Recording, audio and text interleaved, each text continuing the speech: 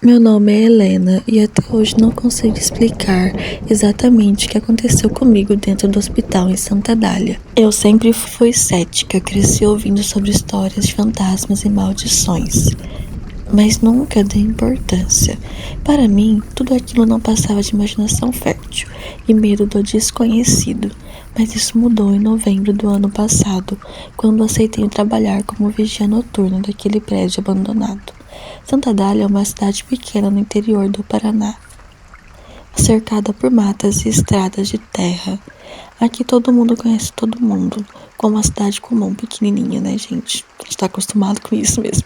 O prédio é imenso, de 4 andares, fica no alto de uma colina, visível de praticamente qualquer ponto da cidade. Foi construído na década de 50 e, segundo os mais velhos, chegou a ser referência na região, atendendo os casos graves de toda parte.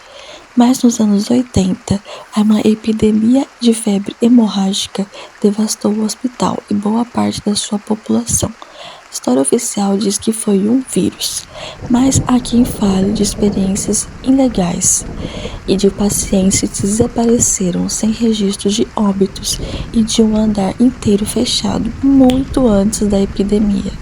Depois disso, o prédio foi abandonado às pressas. Macas, prontuários, equipamentos, tudo ficou lá dentro, apodrecendo. Quando aceitei o emprego, o objetivo era simples: vigiar o local à noite, para impedir invasões. O contrato era de apenas um mês, enquanto a prefeitura iria decidir o que faria com o prédio. Disseram que eu receberia um salário dobrado pelo risco, então eu arrisquei. No primeiro dia, subi a colina de moto. Era começo de novembro, mas estava muito frio. O hospital surgia entre as árvores e uma sombra. A fachada era descascada, as janelas quebradas e as placas enferrujadas. Dava a impressão que ele me observava. Peguei a chave do portão principal e entrei. Lá dentro era uma mistura de mofo, ferrugem e algo doce. Na hora eu não consegui identificar. Me entregaram apenas uma lanterna, um radiocomunicador e o mapa do andar térreo. A primeira coisa que percebi foi o silêncio. Não era aquele silêncio comum de lugares vazios. Era um silêncio pesado que parecia absorver qualquer som. Cada passo meu ecoava exageradamente pelos corredores. Comecei a ronda, passando pela recepção, onde havia ainda cadeiras plásticas e um balcão coberto de poeira. Atrás deles, fichários abarrotados de papéis amarelados, alguns com manchas escuras. Passei pela antiga ala de emergência. No chão, marcas de rodas de macas ainda eram visíveis. Haviam quartos pequenos, alguns com portas trancadas, e de repente ouvi um barulho caindo perto de um corredor lateral. Uma luz da lanterna tremelizou quando eu apontei. Era uma bandeja de metal caída no chão, onde não havia ninguém. Fui até lá e percebi que o ar estava mais frio naquele ponto, como se tivesse entrado num freezer. Fiz a ronda até meia-noite, sem mais incidentes, mas a sensação de estar sendo observada não me abandonou. Na madrugada, resolvi subir o segundo andar, mas sabendo que não era obrigatório, né, gente? Era só o térreo. As escadas eram estreitas e rangiam a cada passo. Ao chegar lá em cima, notei que os corredores, as luzes estavam acesas e as paredes tinham marcas de gás, como se alguém tivesse arranhado a tinta com unhas bem compridas. O cheiro forte de éter vinha na minha direção. Empurrei a porta com cuidado e vi uma sala cirúrgica. A mesa estava coberta por lençóis. Haviam bisturis, pinças, frascos quebrados no chão. Mas o que me fez gelar o sangue foi ver que no canto havia um rádio de hospital antigo, ligado. Um chiado baixo acima dele, intercalado por vozes quase inaudíveis. Cheguei mais perto e percebi que eram frases repetidas, dizendo: "Não olhe para trás". Antes que eu pudesse reagir, ouvi passos pesados atrás de mim. Girei rápido, mas o corredor estava vazio. O rádio parou de funcionar sozinho. Decidi que era hora de voltar para o térreo, mas quando cheguei na escada, percebi algo impossível. O corredor parecia mais longo que antes. Caminhei por minutos, mas as portas pareciam se repetir, como se eu estivesse presa num ciclo. Foi só aí que ouvi um barulho de carrinho se aproximando de mim, e em desespero comecei a correr.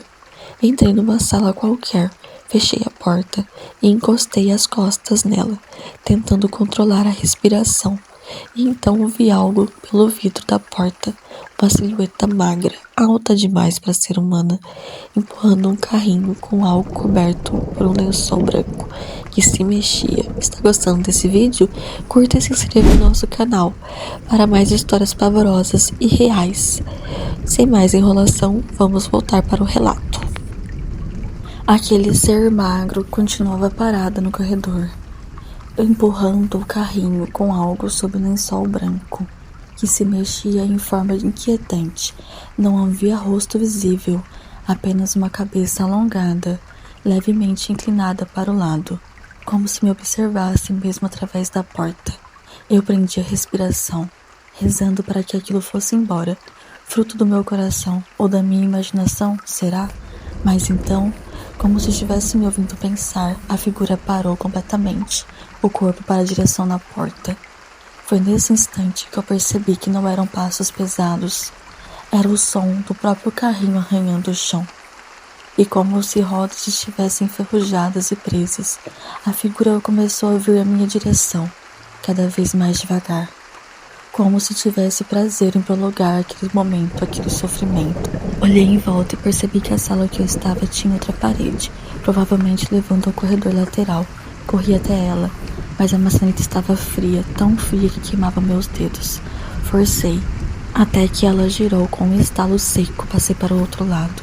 Estava um corredor ainda mais escuro, com mais apenas lâmpadas piscando. O cheiro de éter estava mais forte ali, misturando um odor metálico que me fez lembrar sangue. Caminhei rápido, tentando encontrar a escada, mas os corredores pareciam se estender de forma impossível, como se o hospital tivesse ganhado novos caminhos durante a noite. Foi então que eu ouvi ao longe o som de um choro infantil, credo. Ele ecoava pelo corredor, vinha de várias direções ao mesmo tempo. Segui o som por instinto, até encontrar uma porta entreaberta. Dentro havia um quarto com paredes descascadas e uma única cama, e no canto uma boneca antiga, sem um olho. Ela estava sentada na cadeira e o choro vinha dali. Eu sabia que não fazia sentido nenhum, mas era a boneca que estava chorando. Dei um passo para trás. A porta se fechou com força, trancando-se sozinha. Bati e gritei, mas não houve resposta, apenas silêncio. Quando finalmente a porta se abriu, voltei ao corredor e percebi que estava novamente ali na cirurgia, encontrando o rádio. Mas agora as mesas estavam cobertas de corpos, lençóis brancos alinhados, cada um com um contorno humano por baixo, e todos, sem exceção, se mexiam, como se estivessem vivos, mas como se algo rastejasse dentro deles. O rádio começou a chiar. Desta vez a voz estava clara. Você não deveria estar aqui, Helena. Um susto me fazia derrubar a lanterna, que rolou pelo chão e parou lá perto. Um frio extremo tomou conta da sala e senti uma presença atrás de mim, tão próximo que eu podia ouvir a respiração no meu ouvido. Corri às cegas, batendo contra as paredes e as portas, até encontrar uma escada que levasse ao térreo. Mas ao descer, percebi algo terrível, não havia mais saída.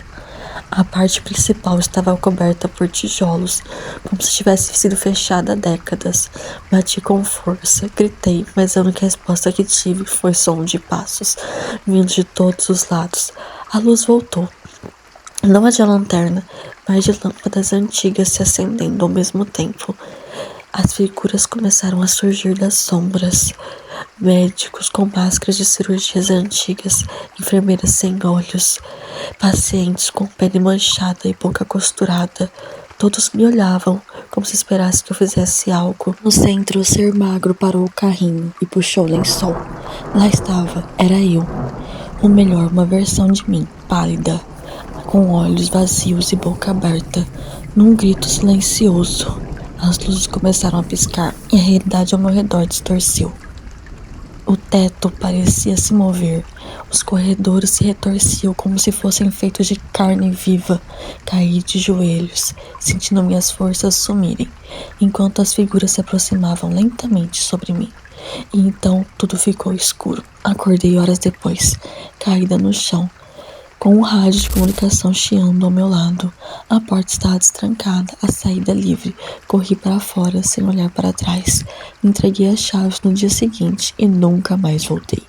Mas às vezes, no silêncio da madrugada, juro que ainda ouço o chiado do rádio e uma voz se repetindo: "Você não deveria estar aqui, Helena." Se você está vendo esse vídeo até agora, quero te dar um conselho. Se algum dia te oferecer algum emprego para vigiar um hospital abandonado, diga não. Porque nem todo mundo que entra sai de verdade. Se você gostou desse vídeo, curta e se inscreva no nosso canal. Por aqui você vai ouvir mais teorias que te façam pensar duas vezes antes de apagar a luz essa noite.